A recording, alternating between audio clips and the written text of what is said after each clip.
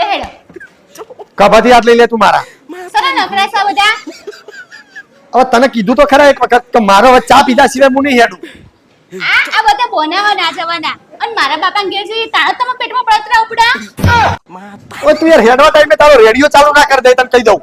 અડધો કલાકથી ઘરમાં બેઠા હતા એટલે બોલાતું નતું, મોઢા મગ ભર્યા હતા અને જેવું તાળું માર્યું એટલે ચાની તલપ લાગી જઈ. હવે માથું ચડે ને એ પેલા ચા પી લેવી હારી. એટલે હું મારા બાપા ઘેર જઈએ એ જે તમે માથું ચડાવ.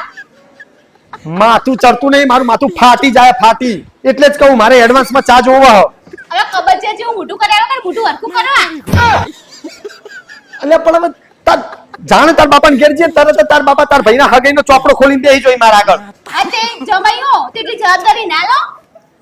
હવે આટલી જવાબદારી લીધી એટલું ઓછું હે ભાઈ સાહેબ. બાપા હવે બીજી જવાબદારી લેવાની તાકાત નહીં મારામાં. હવે જમીથી એટલું ના કરો ને તો જમીનું ધોઈ પીવાના. એટલે પણ આવું તો ના આવે. હજુ તો ઘેર પહોંચ્યા નહીં હે, પાલું હજુ તો મોઢા અડાડી નહીં પાણીનું, તરત જ બાજુમાં બેહી જશે. હે જમે શું કર્યું? પેલી સોડી તો તમારો વાળમાં આપણે હગેની વાત કરી હતી, એનું શું થયું? એ સાચી વાત હો, હકુ તમારા હાથમાં જ છે પણ તમારા હગે કરવાના ઈરાદા જ નહીં. એટલે બાપા હવે તો તારો ભાઈ એક તો જબરજસ્ત માણસ છે યાર. જાણે જાણે હગેની વાત કરે ને તાર પપ્પા તરત જ હોમની સીડીના પેલા ઓઠારે ને એવી રીતે જોશે ને મારા આમ જો મુઈ ના જોવા આવ્યો હોય. એ માથિયા એને તો જોવું તો મને એવી દાંત ચડે ને. બસ હવે મેં જેટલું તમારા ઘર માટે કર્યું ને એટલું તો તમે આખી જિંદગીમાં પિયરો લઈને કરી શકો. આ તમારા કાકાના છોકરાઓને જેવી ફૂલ જેવી સોડી હોતી ના આલી છે.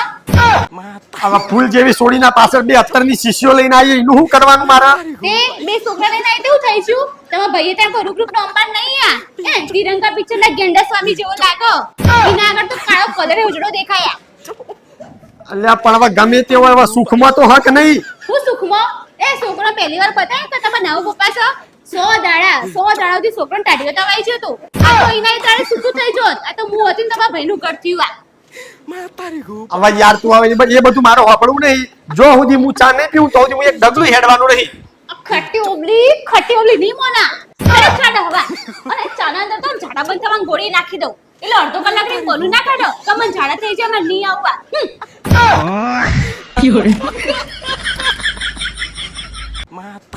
ઓય પગ સીધા કરજે. હું કોમ સવ અને તો ઓય આવ કરો. અલે આજ ગુરુ પૂર્ણિમા નહીં તો હું મારા ગુરુ પગે લાગુ. હવે ગુરુ કોને કેવે ખબર પડે કોઈ? અલે તું જ તો મારી ગુરુ હ. બાપલ લગન પહેલા ને હું મારા ભાઈબંધનો કા નાકો ને 10 12 વાગ્યાથી બેહી રહેતો હતો અને હવે 8 વાગે ઘેર આવી જાઉં ને એવું તી મને શીખવાડી. બસ હવે ચોપલે કરવાની જરૂર નહીં. અરે ચોપલેની વાત નહીં, તું જ મારી ગુરુ હતું. વાપરતું ઘેર આવી મને ભાવતું તું ને એવું હું ખાતો તો લગન પહેલા અને હવે કારેલો કંકોડો તુરિયું આવું બધું ખાતો તી મને શીખવાડી. કોઈ બાકી આવા બાકી એટલે હજુ તો હોભરતું ખાઈ રહ્યા પછી મારી જિંદગીમાં લગન પહેલા મી થાળી વાટકો કશું ની ચોય મેલી નહીં, ઈ નહીં મૂકીને હું ઊભો થઈ જતો અને હવે થાળી વાટકો આ બધા થોમડા ઉઠાઈ શેક ચોકડીમાં મેલી આવું એવું તી મને શીખવાડી. સંભળાવાનું છે હવે કે જવું હવે? હોભળો મારા ગુરુ, તમે હોભળો જ તો. હા સવારે મારા મન ફાવે ને એટલા વાગે હું ઉઠતો અને ઉઠીને ગરમા ગરમ ચા અને ચાના આંગા ગરમા ગરમ ભાખરી ખાવા જોતી મારે અને હવે રાતની રોટલી હવારે વઘારીને ચા હંગાત ખાવાનું ઈ મને શીખવાડી. ઓમ ચમ હવે ઓમ ચમ. હા હોભળો જ તો. મારે જાણે ફરવા જવું હોય ને તાણે હું બુલેટ લઈને ફરવા જતો અને હવે આ ચાર્જિંગ વાળા એક્ટિવા પર ફરતો તી મને શીખવાડ્યું. શીખવાડવું પડે તે ભાઈ. શીખવાડ્યું એટલે હજુ તો તમારી કરામત છે એવી હોભળો તો ખરા. હાને ના સમજવાની અને નાને હા સમજવાની આવું તી મને શીખવાડી. આહું નાન હાન હું શીખવાડી મેં તમને. એ તો તાર વાત છે. હે પેલા દાડ અમાર ભાઈબંધો બધા બેઠા હતા અને અચાનક જ વાત નીકળી કે અલે આપણે બધા આબુ ફરવા જઈશું. તે એ દાડ મેં પૂછ્યું કે હું આબુ ફરવા જાઉં ભાઈબંધો અંગાત. હા એટલે જો તું ના પાડ હા તો મારે ના સમજવાની અને જો તું એમ કે હા તો એ હાને ના સમજવાની આવું તી મને શીખવાડી. ગુરુ પૂર્ણિમાનો હવે ગુરુનો પ્રસાદ હવે આપવો પડશે.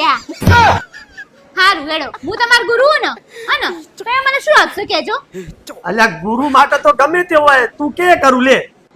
હારું એકલવ્ય હે ને એના ગુરુને એનો અંગૂઠો કાપીને આપી દીધો તો. આજકાલ તમારી જીબડી બહુ હેડો. મને તમારી જીબડી કાપીને આપી દો. હું હાલ જ ચપ્પુ લઈને આવી.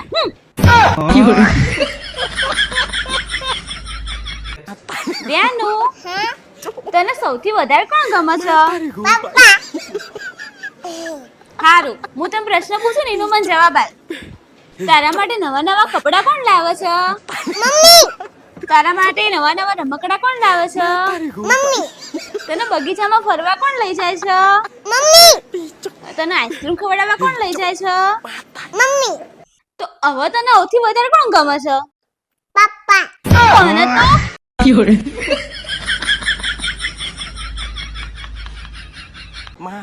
મમ્મી આ ટી શર્ટ કેવી છે જબરજસ્ત ટી શર્ટ લાયા હો તમે એક નંબર ટી શર્ટ લાગે જોરદાર લાગે બાકી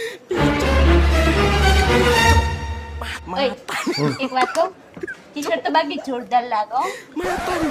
તું ગમે તેટલા મસ્કા મારી નવી હાડી તો નહીં જ આવે ટી શર્ટ જ ખાલી હારી લાગે સ્વભાવ તો બાકી કૂતરા જેવો જ છો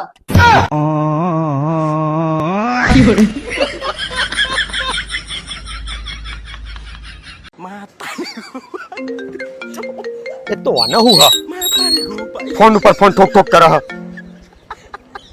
હેલો ચો તમે અલે હું ફોન ઉપર ફોન ઠોક ઠોક કરી લે તું ચો જ્યાં તમે ચોજ્યાતા એટલે પૂછું ચોજ્યાતા એટલે હું પૂછવાનું હા તને ખબર તો હોય ચોજ્યો તો એમ પૂછીનો જવાબ આપો છો જેતા તને તું આ પૂછાઈનો મતલબ તું મારા પર વેમો હે નહીં હા વેમની વાત નહીં પૂછું એટલો જવાબ આલો ચો જ્યાં તમે તને ખબર હે કે હું દૂધ ને શાકભાજી ને બધું લેવા ગયો તો હા દૂધ લેવા જતા એની પેલા જો જતા તાણ અલે એની પેલા ચોજ્યાતા એટલે તું તો જબ્બર યાર વેમનું કરે તું તો યાર એક નંબર અવળી અવળી વાતો કર્યા કે પૂછું એટલો જવાબ આલ દો ચો જતા દૂધ લેવા જોઈએ પેલા પેટ્રોલ ભરાવા ગયો તો પેટ્રોલ પુરાવા જતા હા અને પેટ્રોલ પુરાવા કોને હંગા જતા હાલ ને હાલ વટોડો લોચો માર્યો આયો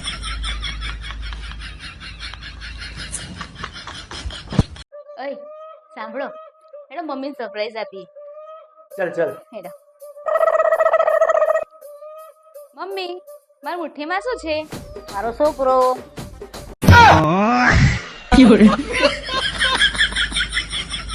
Like, comment, and subscribe.